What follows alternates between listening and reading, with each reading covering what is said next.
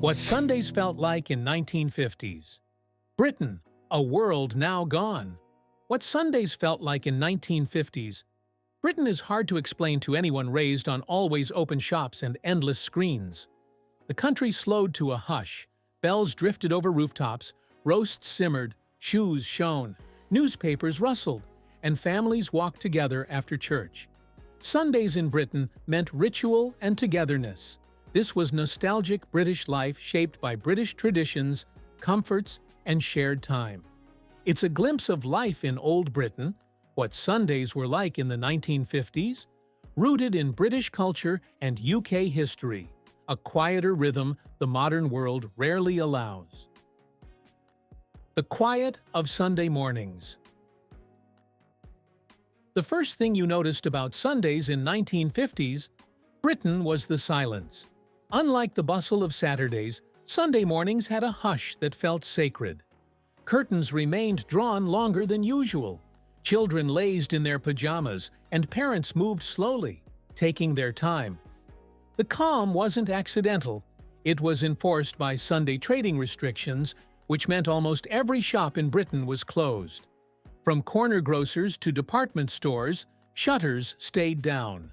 If you hadn't bought your bread, butter, or potatoes on Saturday, you simply went without until Monday. Even buses and trains ran reduced services, reinforcing the stillness. Without shops to tempt them, people shaped Sundays around other rhythms. Families lingered at the breakfast table, reading newspapers or listening to the wireless. Fathers often used the quiet to polish shoes or bicycles, while mothers might begin the slow preparation for the midday roast. This sense of pause, of reprieve from the commercial world, gave Sundays a character unlike any other day of the week. Church bells and Sunday best. Religion held a more central place in everyday life in the 1950s, and Sundays reflected that. The sound of church bells rolling across villages, towns, and cities marked the true beginning of the day. Families dressed with care. Boys wore polished shoes, collared shirts, and stiff ties. Girls put on frocks, ribbons in their hair, and sometimes white gloves. Mothers wore their finest coats and hats, while fathers, even those who worked in factories all week, donned their best suits. This ritual of putting on one's Sunday best wasn't just about worship. It was about dignity, pride, and a sense of belonging. The service itself was both spiritual and social. Hymns echoed through stone walls, sermons blended faith with moral lessons, and afterwards the congregation gathered outside to exchange greetings. For many communities, church was the weekly anchor, a chance to see friends, check in on neighbors, and share news. Many families, though not all, made church a central part of their Sundays, reflecting the stronger religious culture of 1950s Britain compared to today. The ritual of the Sunday roast. If there is one tradition that defines nostalgic British life, it is the Sunday roast. By mid-morning, the smell of roasting meat began to drift from kitchens, filling terraced streets and country lanes alike. In working-class homes, where money was often tight, the roast was the week's treat.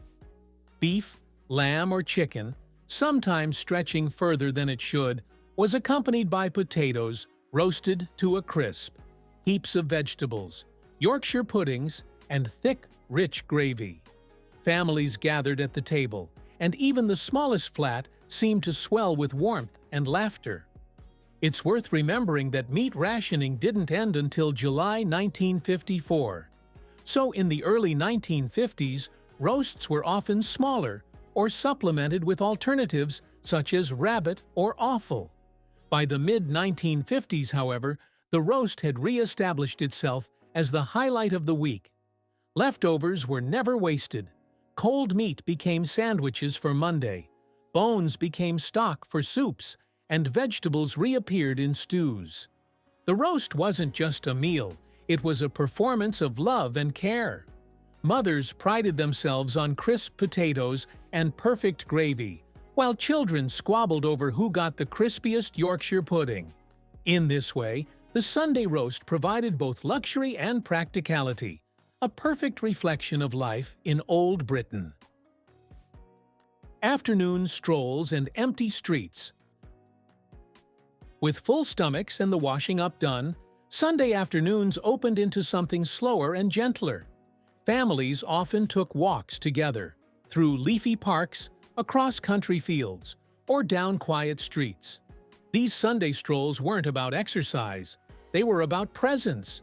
Families showed themselves to the community, dressed neatly and moving at an unhurried pace.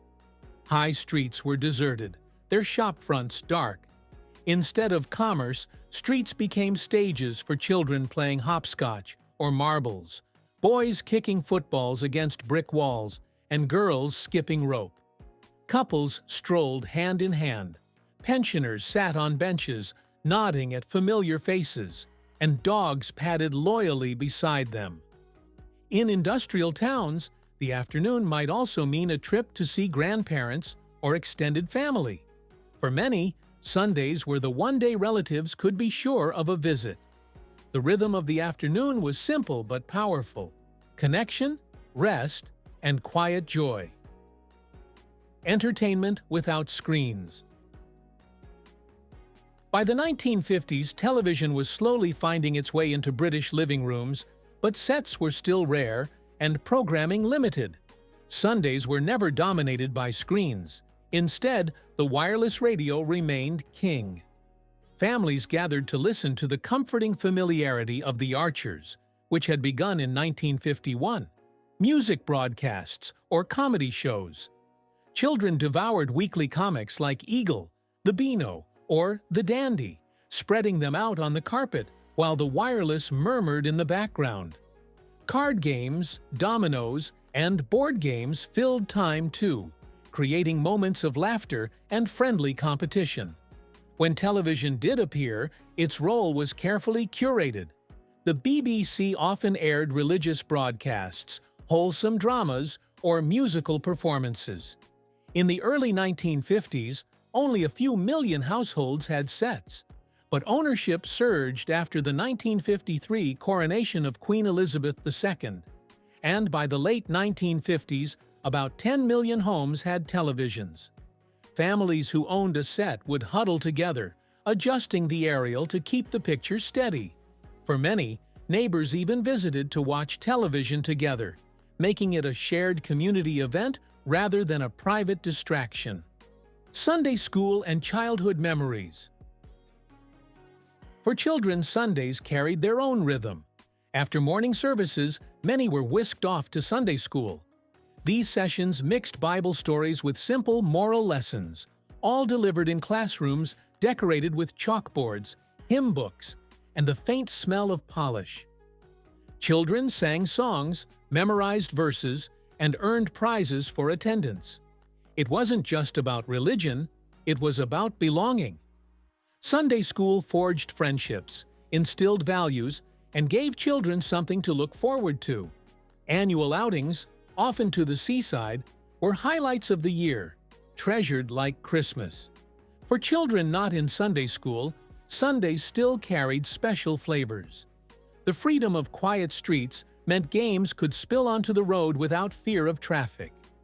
Kite flying, cycling, and hide-and-seek stretched into the afternoon until the shadows grew long. These small pleasures, free from the distractions of modern screens, made what Sundays were like in the 1950s so distinct. Sunday evening routines. As daylight faded, Sundays slipped into reflection. Families often gathered again for a lighter tea, sandwiches, boiled eggs, pickles, and slices of cake. Tea was poured, conversation softened, and the last crumbs of the roast were finished. Evenings also carried preparation. Parents ironed school uniforms, children polished shoes, and fathers checked tools or bicycles ready for Monday's commute. Radios hummed with evening concerts, and televisions, if present, offered closing programs before the BBC ended its broadcast day entirely. Sunday evenings had a bittersweet mood, comforting, yet tinged with the knowledge that Monday loomed. The weekend's freedom was nearly gone, but the routines themselves offered stability. The polish on a pair of shoes or the careful folding of a uniform became rituals that defined British traditions as much as hymns and roasts. The social fabric of Sundays. What made Sundays in 1950s Britain so powerful wasn't just the activities, but the way they bound people together. It was the only day when the nation paused as one. Neighbors knew where everyone was. At church, at the park, at home with family. Communities knitted tightly, reinforced by shared rituals.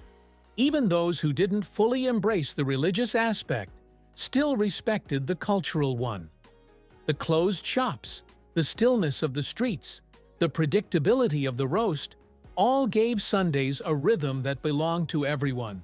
This collective pause created a shared memory across generations. By contrast, today's Sundays, with supermarkets open, football on television, and online shopping at our fingertips, feel freer but less unified. The quiet heartbeat of Sundays in 1950s. Britain has been replaced with a constant hum of activity. A world now gone, but never forgotten. Looking back, Sundays in the 1950s might seem restrictive to modern eyes. The laws that kept shops closed, the emphasis on tradition, the lack of constant entertainment, all could feel limiting. Yet for those who lived it, Sundays were treasures. They provided guaranteed rest, opportunities for togetherness, and a rhythm of life that modern convenience can't replicate. In many ways, Sundays represented the essence of British culture at the time. Respect for tradition, pride in family, and a slower pace of life. Though that world has gone, it lingers in stories told by grandparents, in black and white photographs of families in their Sunday best, and in the smell of a roast that still wafts from British kitchens today. What Sundays felt like in 1950s, Britain was more than a day off. It was a way of life, a tradition, a heartbeat of community and family. A world now gone, but one that lives forever in memory. Sundays in 1950s, Britain were unlike any other day. Quiet mornings, polished shoes, church bells, roast dinners, strolls, and family games created a rhythm that defined nostalgic British life. Today, the pace has changed, but the memory of those slower, gentler Sundays remains, a reminder of a Britain built on ritual, community, and tradition. Thank you for watching this video. Please don't forget to subscribe and turn on the notification bell.